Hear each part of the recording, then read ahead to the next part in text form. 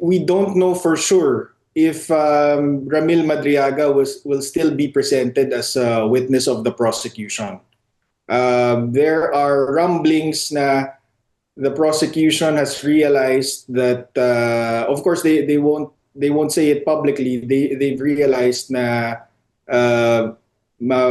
masasabugan lang sila ng sarili nilang witness kapag present nila itong si Ramil Madriaga. So there's a question of whether they will present him at all. But we also have to remember na on the witness list for the defense, Ramil Madriaga is the number one witness listed there. So kahit hindi siya ipatawag ng prosecution, maaring ipatawag siya ng defense precisely for this reason. Kasi we've already established dito sa first and sa second perjury complaint na nagsisinungaling talaga tong mamang to. Precisely because the testimonies of Madriaga in his first affidavit and itong supplemental affidavit covers essentially the same facts, events, and circumstances. So I don't see any reason why it should be decided separately. In fact, kaya niya nga, sabi niya nga sa testimonya niya sa House of Representatives or sa supplemental affidavit mismo, kaya niya in-execute yung supplemental affidavit para patotohanan yung first affidavit niya. So it only makes sense, it's only practical na i-consolidate itong dalawa at i-resolve ng sabay. Ang advantage para sa amin is, yun nga, naniniwala kasi kami na yung supplemental affidavit at yung mga kasinungalingan doon ang nagpapatunay na isa rin sa nagpapatunay na perjurious din yung first affidavit niya. Bakit natagalan? Well, the honest answer to that is it just wasn't a priority at that time to file right away. We were prepared naman to file soon after the affidavit was executed, but it wasn't one of the priorities of the Vice President at that time. And with respect to yung testimony being protected, well, kaya kami nag-file sa Taguig is because the affidavit was executed in Taguig. So we're not really questioning the fact that he read that affidavit in Congress, but the fact that he executed knowingly false testimony in an affidavit in Taguig, in the city of Taguig, while he was detained in BJMP. Na-establish na namin sa first perjury complaint na, first of all, wala siyang kinalaman, wala silang personal or professional na ugnayan, na relationship ni VP Sara to be even in the position to be involved in the disbursement of confidential funds, for example. Napatunayan na natin na beyond yung campaign pictures na maraming taga-suporta naman ni VP Sara ang meron, wala siyang mapatunayang iba. Kasi ang totoo niyan is si Ramil Madriaga was just one of thousands of campaign supporters of the Vice President. Pero beyond that, wala na po silang relasyon. So, wala siyang personal knowledge on how confidential funds are used or how these are disbursed.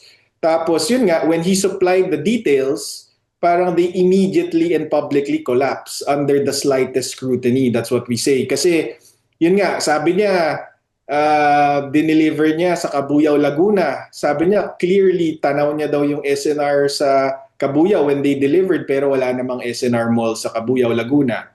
Sabi niya, may delivery siya sa Nomo Basho, 12 midnight. Ang malas niya, merong private Christmas party doon sa Nomo Basho na napakaliit na lugar. Pinakita natin yung pictures kanina.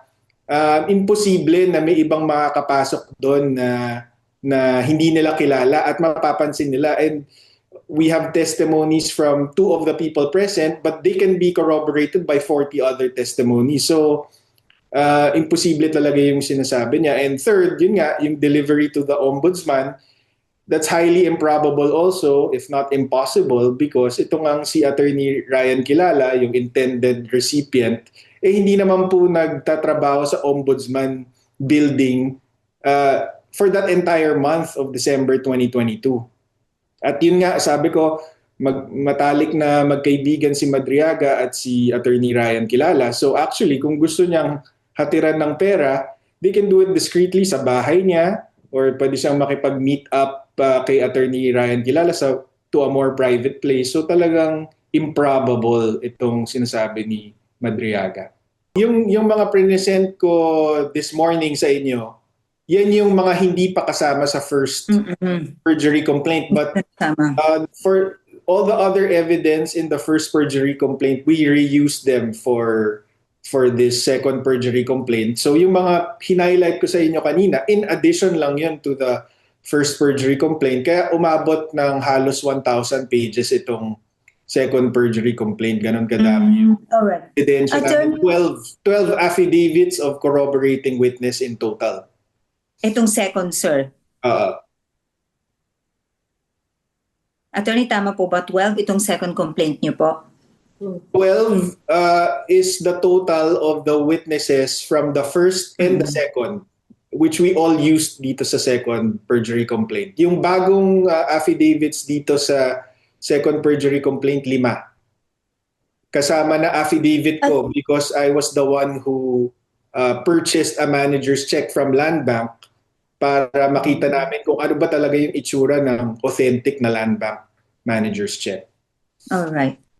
Attorney, why is there a need for you to have a second complaint against Madriaga if you think that the first complaint you filed was already airtight to prove that indeed he is lying? Well, una-una, we believe it's perjurious. So talagang kailangan panagutin si Ramil Madriaga para dito. Nabanggit ko na rin na actually the supplemental affidavit proves that the first perjury is perjured. Tapos, yun, kaya din kami, the reason why we exerted all this effort to file the second complaint is because we want to show the people also na ganitong klaseng testigo ang balak gamitin ng prosecution laban kay VP Sara. Malicious, baseless, and desperate witness. So ganun din yung character ng mga taong nasa likod ng impeachment. Wala talaga silang basihan. Talagang politika lang ang habol nila. And third, we went through all this effort to put pressure also on the Department of Justice kasi alam naman natin na of course kontrolado sila ng Malacanang. The Secretary of Justice is of course a cabinet member of PBBM na kalaban sa politika ng ating Vice President. So we don't want to give them any reason to dismiss the complaint. Kaya umabot ng ganito, 750 pages itong second complaint, yung first complaint 300 pages. Para walang butas, para mahirapan sila kahit gusto nilang i-dismiss dahil sa politika, may hirapan sila. Kung i-dismiss man nila, magmumukhang sinadya nila para lang siraan itong si VP Sara. Actually, sa unang meeting pa lang namin ni VP Sara bago i-file yung first perjury complaint, sinabi na natin sa kanya yan na ma'am, pwede po natin kasuhan si Madriaga at klaro naman na nagsisinungaling siya pero ifa-file po natin yan sa Office of the City Prosecutor na nasa ilalim ng Department of Justice at dahil magkalaban kayo sa politika, more likely than not, gagawa sila ng mga hakbang para i-dismiss yan kahit malakas yung kaso natin. So, sabi namin sa kanya, sige, kasi sabi niya, hindi pwedeng palampasin ito kahit ganun ang sitwasyon. So, ginawa namin ang lahat ng makakaya namin para maging airtight itong kaso, para hindi nila ma-dismiss ng madali. And that's why din nagpapatawag kami ng mga press briefing na ganito para makita nyo kung gaano kalakas yung ebidensya ng Vice President laban kay Ramil Madriaga. At alam nyo naman sa pag-cover nyo ng politika, yung mga nasa legal beat, dito justice beat, na a lot of criminal cases have been filed with less evidence. Alam po natin yan. Sometimes criminal cases are even filed based on affidavits alone without much documentary evidence. Pero dito po, sabi ko nga, yung combined ng first and second perjury complaint, ang total na po niyan is 1,000 pages including testimonial and documentary evidence. So malakas po yan. Kapag dinismiss po yan, may magic dyan. I've said before, if the prosecution presents Ramil Madriaga, it's their funeral. Kasi kakatayin yan sa cross-examination ng defense team.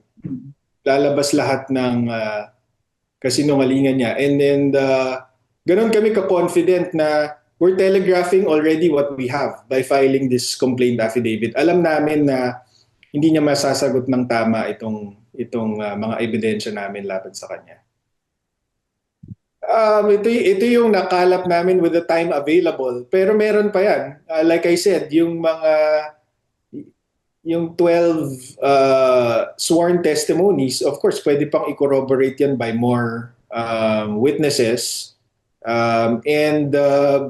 Yes, we're still working on securing other certifications and other records para palakasin palalo itong complaint laban kay Madriaga. So yeah, parang posibleng may lumabas pa. At saka Henry, ang nangyayari kasi dito kay Ramil Madriaga is every time na sumasagot siya sa reklamo namin, nagbibigay siya ng bagong detalye na kasinungalingan din.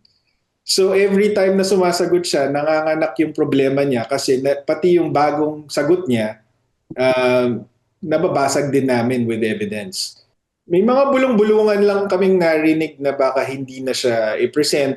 And for us, it's understandable. But like I said, we also have to remember that in the witness list submitted by the impeachment defense team, Ramil Madriaga is also listed as one of their witnesses. So even if the prosecution doesn't present him, the defense just might. Yun talaga yung position namin from the start na nagsisinungaling yan si Madriaga, hindi namin kayo pipigilan. Siyempre kakasuhan namin siya dahil kailangan niyang managot dun sa mga kasinungalingan niya. Wala naman kasing bearing kung mapatunayang nagsisinungaling siya sa impeachment court. Kung walang final na kaso, walang consequence. So kaya final itong criminal complaint para may consequence dun sa mga kasinungalingan niya. 'Di ba? Pero ayaw namin siyang pigilan mag-testify. In fact, matagal ko nang sinasabi na si Ramil Madriaga ang magiging star witness for the defense kapag nag-testify siya for the prosecution. Well, yun nga, dinagdagan lang namin kasi hindi pa namin nasasagot actually yung supplemental affidavit eh. So, yun ang focus nitong second perjury complaint. Yung mga panibagong detalye na binigay niya doon sa supplemental affidavit niya, yun ang binasag namin dito sa second perjury complaint. Pero actually, Sir Henry, kung naalala mo, nung lumabas si Ramil Madriaga with this supplemental affidavit, yung publiko na mismo yung nag-call out sa kanya, like katulad niya ni Tanya Gaisano Lee dun sa painting, yung mga nakapansin na walang land bank branch sa DHSUD, yung mga anomalies dun sa manager's check na present niya.